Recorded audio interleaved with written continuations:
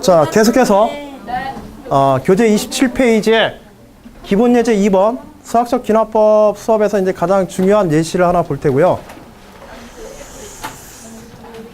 자, 문제를 좀 보도록 할게요. 자, 제시문의 내용에서는 뭐가 있냐면 한 직선상에 일직선상에 좌표 수직선상의 좌표 x1과 x2의 위치를 가지는 두 물체가 있다. 이 물체들의 무게중심의 좌표가 어떻게 되는지를 예시로 보여주고, 물론 그것을 구하는 무게중심에 대한 정의와 무게중심 수학적으로 어떻게 구하는지 이거 아예 방법을 가르쳐 줍니다. 알겠죠? 그리고서 논제에서는 n개, 일직선상에 있는 n개의 물체에 대해서 각각의 질량이 다른 n개의 물체에 대해서 무게중심을 어떻게 좌표를 정할 수 있겠는가. 무게중심의 좌표를 구하여라. x1부터 xn까지의 위치에 질량 m1부터 mn까지의 물체들에 대해서 무게중심의 좌표를 갖다가 수학적 귀납법으로 구하여라. 무게중심의 좌표를 구하고 그것을 수학적 귀납법으로 증명하여라. 결과는 자, 물체의 각각의 위치들을 x1부터 xn까지라 하고, 그 다음에 각각의 물체의 질량을, 무게를 m1부터 mn까지로 할 때 최종적인 증명의 관계의식은 뭐냐면 n개의 물체에 대한 무게중심의 위치를 pn이라고 이렇게 하면 전체의 질량을 더한 것에 대해서 물체들 각각의 위치에서의 질량과 위치를 곱한 값들을 더한 것.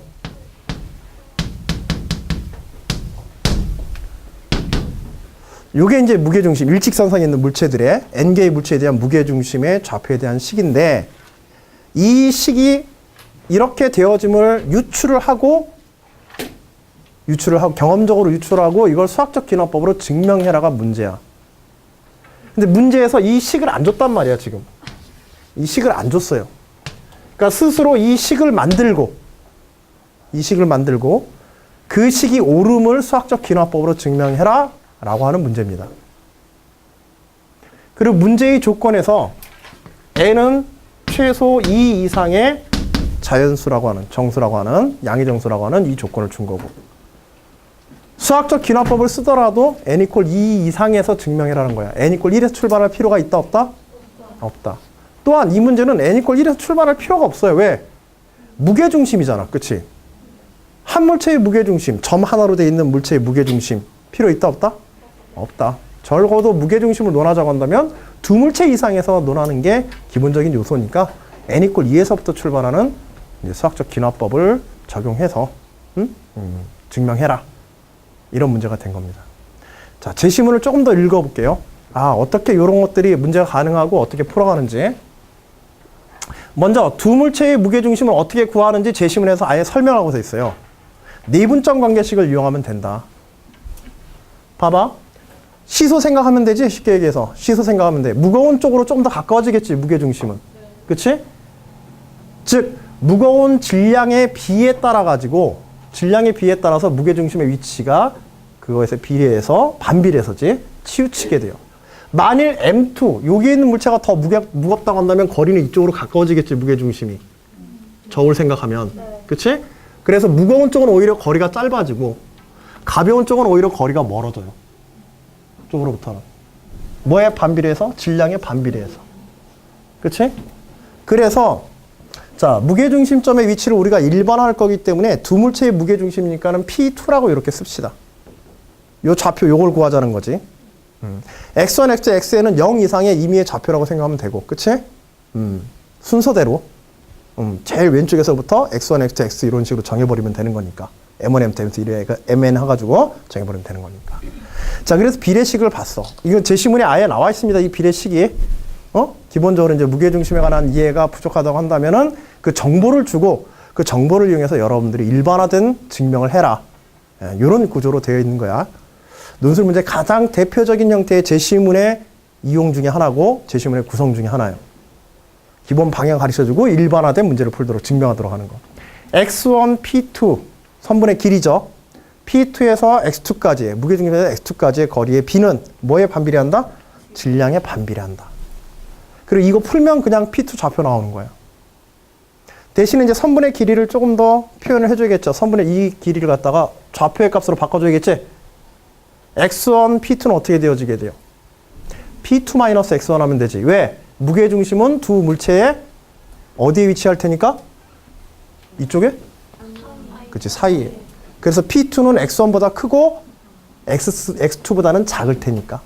수식 만들 때는 그런 것도 유의해 가면서 대소관계라든지.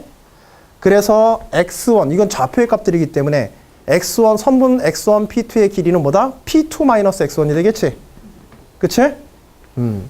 그 다음에 p2, x2는? 그치, x2 p2에서 풀어버리면 돼요. 그리고 비례식 풀면 되는 거죠. 그치? 자, 그리고 실제로 푸는 건 조금 이따가 보도록 하고, 그 다음에 거기에 또 뭐가 뒤에 더 붙어 있냐면, 이번에는 세물체의 무게중심을 어떻게 구하는가? 요걸 설명을 해주고 있어. 세물체의 무게중심. 세물체의 무게중심. 세물체의 무게중심은 질량이 각각 M1, M2, M3인 세 개의 물체로 이루어진 개의 질량 중심은 먼저 질량이 M1 플러스 M2인 앞에 두 물체. 두 물체의 질량을 합한 물체가 M1과 M2의 질량 중심 P2에 위치한 것으로 아예 생각을 하고 몇 개씩 처리하자는 거야? 그치, 두 개 먼저 처리해서 하나 딱 해놓고 하나로 묶어놓고 나머지 세 번째 물체. 그러면 결국 몇 개의 물체에 대한 무게중심 문제가 되는 거야? 세 물체가 아니라? 그치, 두 물체의 무게중심으로 바뀌게 되는 거야. 이해됐어요? 이렇게 보자는 거지. 저울로 보자면 M1, M2 해가지고 여기에 질량중심 P2 해가지고 이렇게 해서 이 물체와 여기에 있는 세 번째 물체 M3인 물체를 갖다가 이런 식으로 해서 P3를 찾자. 이런 식으로 하자는 거예요. 여기에 뭐가? M1 플러스 M2가 같이 모여있다고 생각하고 질량중심이란 이런 의미다. 평형을 맞춰서 두 물체가 한 위치에 있는 것처럼 질량을 다루자라는 개념이기 때문에. 그치? 그러면 아까 전에 두 물체의 무게중심을 구한 거에서 뭐 대신에? x1 대신에 뭘 쓰면 돼? 아까 전에 x1, x2였지? 그러면 x1 대신에 뭘 쓰면 돼? 아까 전에 두 물체의 무게중심 구할 때 식에서 x1 대신에 p2를 집어넣으면 되는 거야. 자, 봐봐. 아까 전에 p2, x2, x1, p2 바에 p2, x2 바의 길이가 질량에 반비례해서 m2 대 m1이다. 이렇게 줬지? 네. 그러면 이때 x1 대신에 x1의 위치가 아니라 이번에 첫 번째 물체를 그냥 이걸로 보자는 거야. 첫 번째 물체를. 두 번째 물체를 이걸로 해서. 그걸 설명해 주고 있는 거야. 여러분들 새로 구하라는 게 아니라 설명을 해준 거야. 자, 그래서 x1 대신에 뭐 써야 돼? 첫 번째 물체의 위치가 이번엔 이걸로 변한 거지? 이 물체로 변한 거야. x1 대신에. M1, X1이 이걸로 변하고 M2, X2가 M3, X3로 변한 거지. 그것만 다시 대입해 주면 되는 거야. 그래서 여기에 뭐가 들어가야 돼? X1 대신에 P2가 들어가고 P2는 세 물체의 무게중심인 P3로 변환되는 거야. 됐지? 그 다음에 두 번째 식은? 그쵸. P3에서 그쵸. X3로 이렇게 변환되는 거. 질량은? 두 번째 물체는 그치 M3로 변환되는 거고 첫 번째 물체의 무게는 됐습니다. 예. 그렇게 해서 정리하면 되는 거예요. 그리고 아까 전에 구했던 나중에 P3를 정리해서 P2만 앞에서 구한 P2 대신에 넣어주면 되는 거지. 두 물체에서 P2 구했잖아. 그치? 그 P2를 나중에 여기다 대입만 해주면은 P3에 관한 식이 M1, M2, M3, X1, X2, X3로 이렇게 표현돼서 나오겠죠. 그치? 자, 그것들만 이제 정리해 써주면 돼.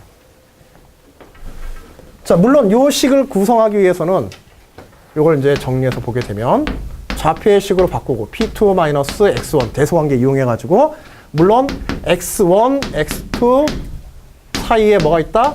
P2가 있다는 것과 여기에서는 P2와 MX3 사이에 뭐가 있다? P3가 있다. 이런 식들은 조건은 여기다 써줘야겠지? 대소관계의 조건. 그치? 대소관계의 조건 써주시고 식 정리하면 P2-X1. 네. X2-P2는 M2 대 M2 대 M1 이렇게 쓰면 되겠죠? 그치? M2 대 M1 이렇게 쓰고 그 다음에는 봐봐. 그 다음엔 여러분들이 연습장 계산하는 거야. 이건 답안 쓸 때 요령이야. 그 다음엔 연습장에서 계산합니다. 왜냐면 그 다음부터는 넘기고 곱하고 뭐 이런 것밖에 없잖아. 그래 안 그래? 새로운 조건이 들어와 안 들어와? 안 들어와. 그래서 결과적으로 연습장에다가 푸신 후에 마지막에 뭐만 쓰면 되냐면 P2 이퀄 M1 플러스 M2분의 M1 X1 플러스 M2 X2 이렇게 결과가 나오면 이것만 쓰시면 됩니다. 정리하면 이렇게 된다. 그러니까 네가 해봐라. 채점관. 이라는 말은 쓸 필요 없고 결과만 딱 써주시면 돼요. 단순 넘기고 약분하고 뭐 이런 것들을 우리 정리할 필요 있다 없다? 답안에는 없다. 그런 능력을 보려는 건 아니고 그래서 가능한 답안은 간결하게 불필요한 요소 없이 대신에 중요 외부 조건이라든지 식변형의 근거들이 들어와서 변형되는 경우에는 반드시 쓰셔야 돼요. 알겠죠? 얘는 이 근거가 들어가서 식이 변형되어서 실제 계산식이기 때문에 그치? 요거는 반드시 써져 있어요. 중간 단계. 요거는 굳이 이렇게 다시 이걸 다 반복해서 할 필요 있을까 없을까? 얘는 변형된 조건이 지금 요 조건에만 들어있죠? 그리고 P2의 결과 이미 여기 나와 있지? 그치?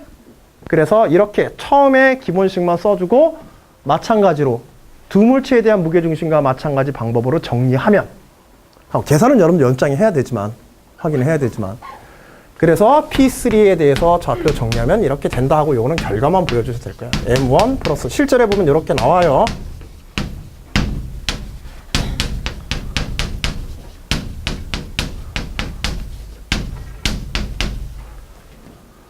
자, 이 두 개의 식을 보니까 이렇게 해서 왜 P3까지 하게 했는지 이해되세요?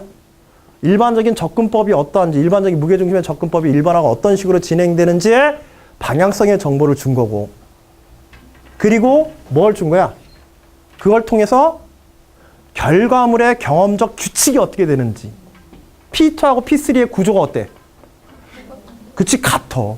이게 중요한 거야. 이게 중요한 거야. P2하고 P3가 이렇게 구조가 이런 식으로 같다는 것은 Pn에서도 구조가 같을 가능성이 크지? 네. 그래서 이 두 식을 근거로 해서 Pn은 이렇게 될 것이다 라고 유추하라는 문제입니다. 저 두 개를 근거로 해서 Pn은 이렇게 될 것이다 라고 얘기할 수 있어 없어? 얘기할 수 있지. 이게 중요한 거예요. 그래서 이것의 경험적인 요소를 가지고서 경험의 요소를 가지고서 이거를 뭘 한다? 이렇게 될 것이라고 뭘 한다? 가정을 한다. 증명할 귀납적 가정을 스스로 만들어내는 문제인 거야. 그리고 이제 저걸 증명하는 거야. 이 답안은요, 이 문제에 대한 답은 여기까지가 끝이 아니에요. 알겠지? 여기가 새로운 출발점이야. 두 번째 단계 출발점이야. 왜 저거 그대로 결과로서 P에는 이렇다라고 그냥 써버리고 끝내면 안 될까? 그치. 얘가 뭐에서 왔기 때문에 두 가지 요소에 의한 경험적 추론이죠, 추론. 이건 증명이 된 게 아니야, 추론이야. 이걸 우리 뭐라 그러면 귀납적 추론이라 그래. n = 1, n = 2, n = 3은 이렇다. 그래서 n = n은 이럴 것이다. k = n = k는 이럴 것이다. 라고 추론해서 쓴 거야. 추론은 증명된 건 아니지. 그리고 이러한 추론은 항상 어떤 문제점을 가질 수 있어? 일반화의 오류가 포함될 가능성이 있어. 경험적 추론은. 그렇잖아. 그치? 논술 문제에서 증명을 완벽히 한다는 것은 상당수가 이런 일반화 오류라든지 그런 것들이 없도록 완전하게 수학적인 구조에서 증명하는 걸 요구하는 거야. 알겠지? 수학적 귀납법과 귀납적 추론. 요거는 조금 차별을 두셔야 돼요. 알겠죠? 귀납적 추론에 의한 결과물들을 완전하게 증명하는데 가장 많이 쓰는 게 이런 이제 논증법들이 알겠지? 특히 수학적 귀납법. 자, 이제 이것의 가정의 결과를, 이 가정을 이제 실제로 그러하다는 것을 어떻게 증명하는지 한번 보자. 그러기 위해서 뭐에서 출발하냐면 n = 2에서부터 출발을 하는 거예요. 자, n = 2에 대한 증명.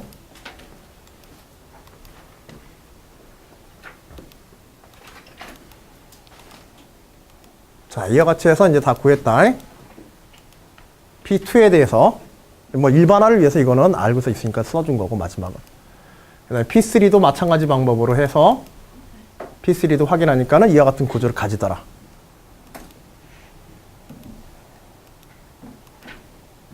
자, 실제로 식을 다 계산할 필요는 없다고 그랬어요. n 이퀄 2에서의 방법, 구조가 같은 것을 보여주고 n 이퀄 2에서와 같은 방법으로 계산하면 이렇게 되어진다. 자, 이제 우리가 증명할 귀납적 가정을 지금같이 이렇게 만든 거죠. n 이퀄 2와 n 이퀄 3을 통해 가지고 두 물체와 세 물체를 통해서 이렇게 만든 거야. 이게 시그마 쓴 거는 이제 편의상, 서술 편의상 이렇게 쓴 거고, 이런 것들은 이제 기술적으로 여러분들 수학적 표현 도구를 가지고 있으니까 그런 거 활용해 주면 좋아. 뭐 하나하나 다 쓰는 것보다.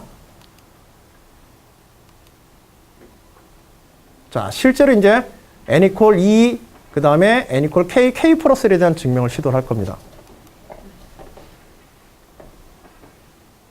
자,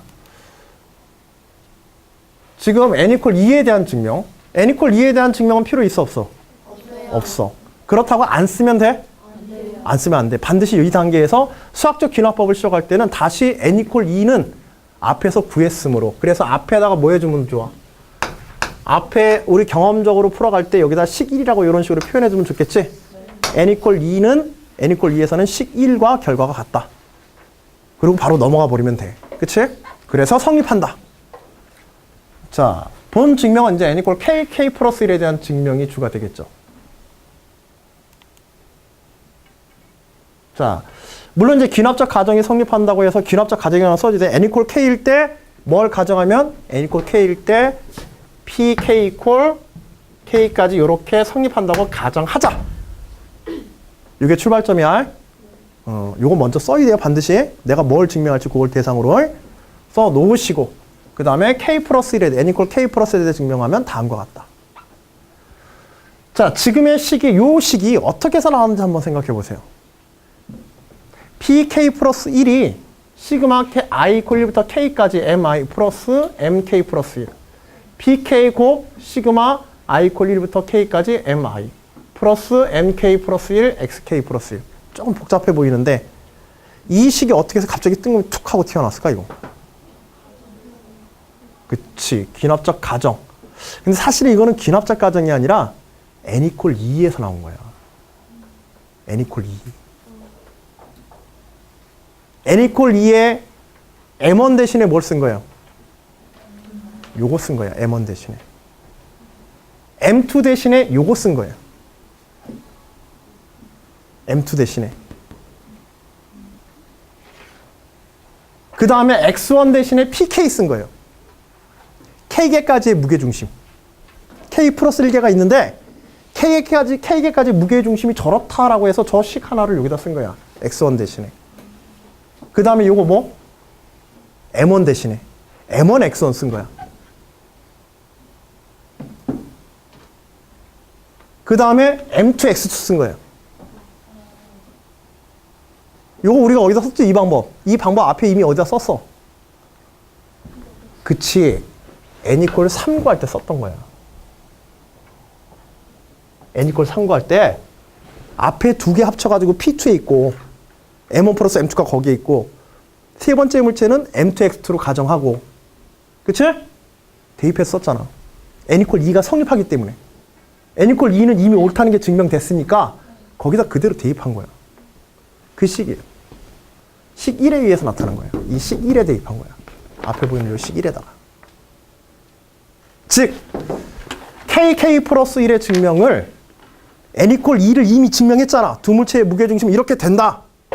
거기에서 첫 번째 물체에 해당하는 걸 갖다가 앞에 k개를 다 모아서 n 이퀄 1부터 k까지, x1부터 xk까지를 m1부터 mk까지를 어떤 위치에 어떤 물체가 있다? pk, k개의 물체의 무게중심에 k개의 물체의 질량이 다 모여있다. 하나로 생각하자는 거야. 앞에 k개를 다 모아가지고. 됐어? 한 물체로 생각하자. 앞에 k개 다 모아서. 그리고 마지막에 추가된 거 k 플러스 1번째 물체와 k 플러스 1번째 질량을 또 다른 하나의 물체로 보자. 그럼 몇 개의 물체의 무게중심 문제로 바뀌었어요? 두 물체의 무게중심 문제로 바뀐 겁니다. 그러니까 어디에다 대입하면 돼? n equal 2에다가 두물체의 무게중심식에다가 그 각각의 변화된 기호만 고려해서 바로 넣으면 되는 거야. 뭔지 알겠지? 네. 그래서 요 식이 n equal 2에서 온 식이야. 이제 뭐 하면 끝나요? PK만, PK. 귀납적 가정에서 PK는 이럴 거라고 우리 가정을 했죠? 이게 참이다라고 가정했죠? 이걸 그대로 PK에 대입하면 끝나는 거예요. 증명은. n equal 2의 식에다가 K개를 다 묶어서 하나로 K 플러스 1제는 마지막에 또 한 물체로, 하나의 새로운 물체로에 두 물체로 바꿔놓은 다음에 n equal 2의 식에 그대로 대입한 거야. 알겠지? 그리고 마지막에 귀납적 가정, K에 관한 귀납적 가정만 풀어서 넣어주는 거예요. 참이다라고 가정했으니까. 성립한다라고 가정했을 때 이게 성립하는 걸 보이면 되는 거니까. 그래서 그대로 넣어준 거야. PK식. PK 그대로 넣은 거야. 귀납적 가정. 둘 다 뭐밖에 안 했어요, 지금? 대입밖에 안 했어. 대입. 증명하는데 다른 거 필요 없고 대입으로 끝난 거야, 그냥. 이렇게 대입하고 나니까 어때? 얘하고 약분돼 버리죠? 네. 그럼 뭐야? 시그마 i 이퀄 1부터 k까지 mixi 플러스 mk 플러스 1 xk 플러스 1. 시그마로 다시 묶여버리죠? 네. 대신에 어디까지? k 플러스 1까지. 분모도 어때? 그치, K까지 질량 더한 것에 대해서 K 플러스 1번째 질량 더하니까 K 플러스 1까지 바꿔주면 돼. 그래서 P의 K 플러스 1이 어떻게 되어지게 돼? 이와 같이 하고 끝나게 되는 거예요. 이와 같이 해서. 증명 끝이에요. 증명이 어떻게 해서 끝나는가? 증명의 마무리. PK. 네. 누구 거야? 내 거야? 깜짝이야. 야, 누구시냐? 남자친구시냐? 아, 아빠님이세요? 어쩐지 연세가 좀 많이 들리긴 한데. 어저께도 한번. 자.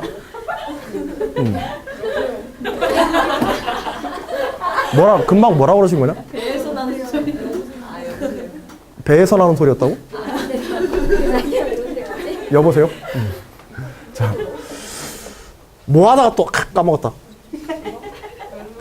그래서 결론을 어떻게 써야 되는지. 결론. 그치, 맞아. 결론은 그러면 결과적으로 왜 성립한다? 최종적으로 요거 한마디 더 쓸 줄 알아야 돼. 아까 전에 뭐 기류법에서도 마지막 정리하는 요령이 있듯이 PK 귀납적 가정과 뭐가 PK 플러스 1의 식의 구조가 어때? 동일하다로 끝나는 거야. 동일함으로 귀납적 가정은 성립한다. 실제로 성립한다. 이렇게 끝내버리는 거야. 수학적 귀납법의 마무리 알겠지? 귀납적 가정과 K 플러스 1에 대한 결과물의 구조가 어떻다? K가 K 플러스 1로 바뀐 것밖에 없다. 그렇게 해서 끝나게 되는 겁니다. 여기서 중요한 게 뭔지 봐봐. n equal 2에 대한 식이 어때? 그냥 단순한 대입에서 끝난 식이 아니지. 사실 n equal 2를 계산하는 거는 n equal 1을 쓰는 것보다는 어려워요. 보통 n equal 1은 대입하면 끝나잖아. 그치? 네. 우리가 증명하는 식에 대입하거나 그냥 구조만 보면 끝나거든. 증명도 필요 없이 거의. 아까 전에 V1. 아까 전에 물의 부피할 때 그 그냥 초기 조건에서 V1은 0과 2 사이 나와버렸잖아. 그치? 근데 요거는 n equal 2에서 출발하면 좀 복잡해. n equal 2 자체를 식을 증명해야 되니까. 보통 귀찮고 복잡합니다. 근데 어디에서 편해지냐면 n equal 2의 식이 완전한 어떤 특정한 구조의 식이 나오니까 지금과 같이 어떤 구조의 식이 두 물체에 대한 어떤 식 자체의 어떤 의미를 가지는 구조의 식이 나오기 때문에 K 플러스 1을 증명할 때 K개를 몰아서 한쪽에다가 그리고 마지막 거를 뒤에 거에다 그냥 바로 대입만 하면 끝나. 기본식이 나오는 거야. 이걸 쓸 수 있었던 이유는 뭐야? 이 식을 그치. n equal 2가 성립함을 이미 보였기 때문에 쓸 수 있는 거야. 만일 n equal 2가 성립하는 것을 보이지 않았다면 이 식 쓸 수 있어? 없어? 없어. 그 물체의 무게중, 두 물체의 무게중심이 이렇다라는 것을 보이지 않은 상태에서는 이걸 쓸 수 없는 거야. n equal 1에서 출발하는 것과 어떤 점에서 차이가 있는지 알겠어요? 나중에 KK 플러스 1에 대한 증명이 보통 복잡하지, 그러지? n equal 1에 대한 증명보다 훨씬 복잡하잖아. 그 부분을 훨씬 간결하게 처리해줘요. 출발인 n equal 2는 조금 귀찮을지 몰라도. 자, K개 묶어서 하나로 처리하고 뒤에 붙는 걸 갖다가 또 다른 하나에서 n equal 2를 활용하자. 수학적 귀납법의 가장 중요한 확장 중에 하나야. 알겠지? 그리고 마지막에 뭐 하면 돼? K에 관한 식, 귀납적 가정. 바로 대입해서 정리하면 끝나는 거야. 문제에 따라서는 단순한 정리가 아니라 약간 식의 변형이라는 이런 것들이 중간에 들어갈 때가 있긴 하지만 대부분은 그런 형태에서 거의 문제의 8, 90%가 풀리게 돼 있어요. 의도적으로 그렇게 해가는 과정에서. 그리고 마지막으로 PK하고 PK 플러스라고 구조적으로 같도록 식을 정리해가는 것. 이것만 목적으로 잘 두면 돼. 대입으로 끝난 거야. n equal 1일 때 n equal 1에서의 증명은 거의 쓰레기 증명이에요. 쓰레기 증명. 쓸 데가 있어 없어? 증명에는 필요하지만 쓸 데는 없단 말이야 이거.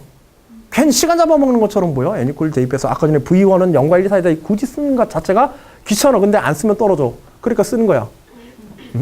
의무감에 쓰는 거야. 근데 여기서는 단순한 의무감이 아니야. 알겠지?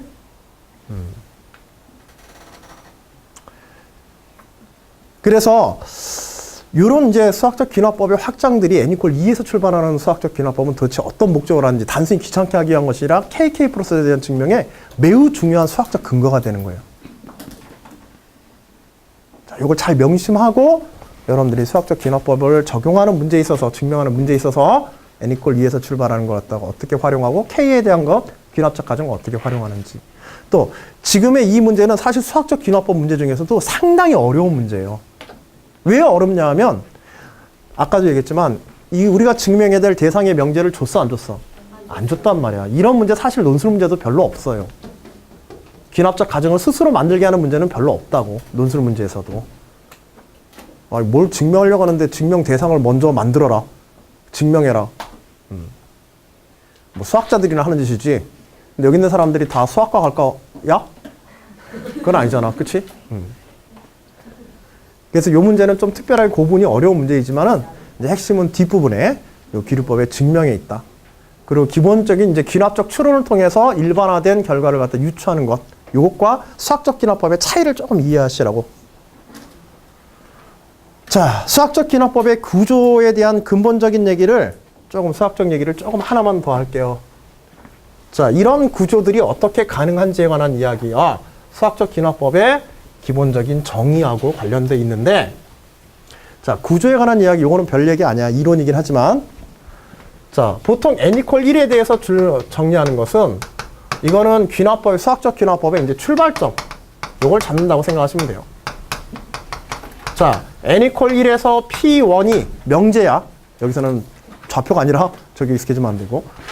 명제 p1이 성립한다고 하자. 우리가 증명하는 건 어떤 명제 Pn이 n의 값에 대해서 일반적으로 성립함을 증명하려고 하는 거야. 이걸 이제 증명하려고 하는 거야. 그 출발점으로서 이제 P1을 잡아서 정리해 주는 거야. 첫 번째 명제 P1이 성립함을 증명했다. 증명된 건 이렇게 B급으로 처리해 봅시다. 자, 나머지 명제들 P2, P3 해서 무한히 많은 명제들이 일반적으로 n값이 대입되면서 생성이 될 텐데 이러한 명제 그룹 전체가 다 옳음을 보이려고 하는 겁니다. 어떤 방법을 쓴 거냐면 중간에 첫 번째 적의 성립함을 보이고 사실은 두 번째 뒤에가 더 핵심이지. PK번째가 성립함을 가정하면 뭐가 성립함을 보인다?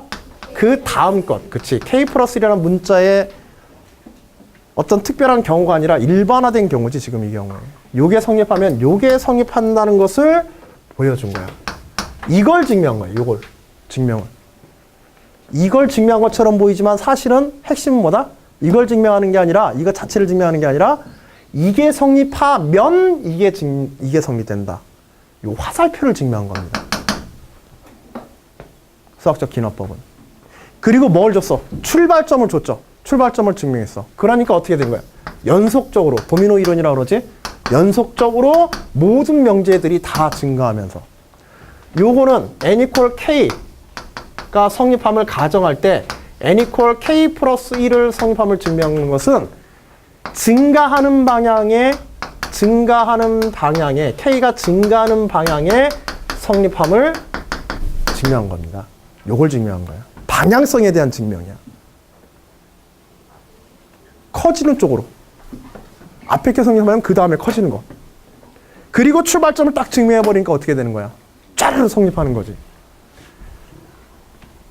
n equal 2에 대해서 출발은 마찬가지야. n equal 2에서 출발할 때 일단 이게 제거가 되지. 지금의 방식에서는 여기서 증명한 것은 n equal 1에서도 같은 식이 성립한다는 건 증명할 수 있어 없어? 없는 겁니다. 알겠죠? 할 필요도 없으니까 n equal 2에서부터 하라고 그랬으니까 문제에서. 굳이 하는 건 아니야. 따로 보여줄 필요도 없어. 필요하다면 나중에 따로 보여줄게요. n equal 2에 출발해도 되지? 여기서부터 출발한 거예요. 우리는 지금 이 문제는. 구조는 거의 같아요. 이런 구조 전체를 다 뭐라고 한다? 수학적 기납법이라고 그래. 자, 이 방법 말고 n equal 2에서 출발해서 첫 번째 단계 요거 증명하고 두 번째 단계 n equal k에서 성립함을 가정했을 때 n equal 2k 번째 명제가 성립한다. 요걸 증명해도 됩니다. 그러면 어떻게 되겠어? P2가 성립하면 P3가 성립하는 게 아니라 뭐가 성립해? P4가 성립하게 돼. 그 다음에 P4가 성립하면 또 뭐가 성립하게 되는 거야? P6가 성립하게 되는 거야. 이런 식으로 띄어서. 여하튼 증가하는 방향성은 여하튼 준 거야. 그치? 이 뻥뻥뻥 띄어서 두 배씩 띄어가지고. 맞나? 8이 되네, 8. 응. 그치? P4가 성립했으니까는 P8이 성립해야 되지? 그래서 두 배씩 되면 쫙쫙 벌어지면서 증가하는 방향을 이런 식으로 듬성듬성 증명한 거야. 그럼 이거 완전히 증명이 된 거야, 안 된 거야? 안 됐어. 근데 될 가능성은 있어. 뭔가 더 보완을 하면, 여기서는. 세 번째, n equal k에 대해서 뭘 증명해주면 n equal k-1을 증명해주는 거야, 이번에. 이건 감소하는 방향으로 증명하는 거죠. 얘가 성립했으면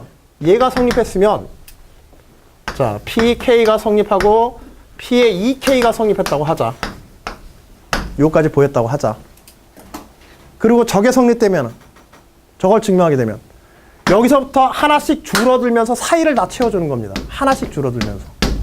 그래 안 그래? 마지막 논리가. 그래서 여기가 요 사이에 있는 것들이 다 증명이 되게 되는 거예요.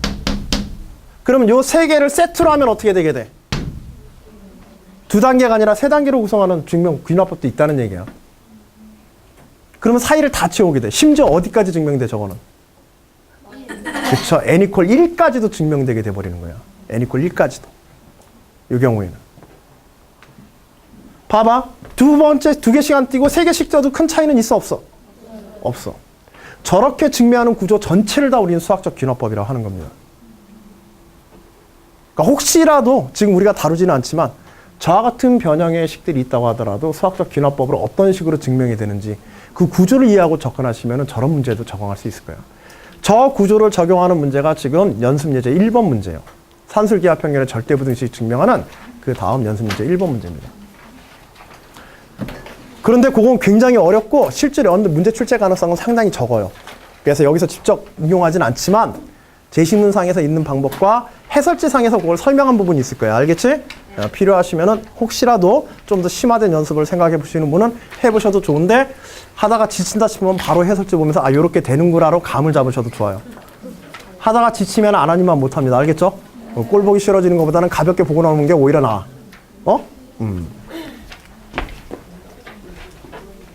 자, 이 구조는 이해되시죠 이제?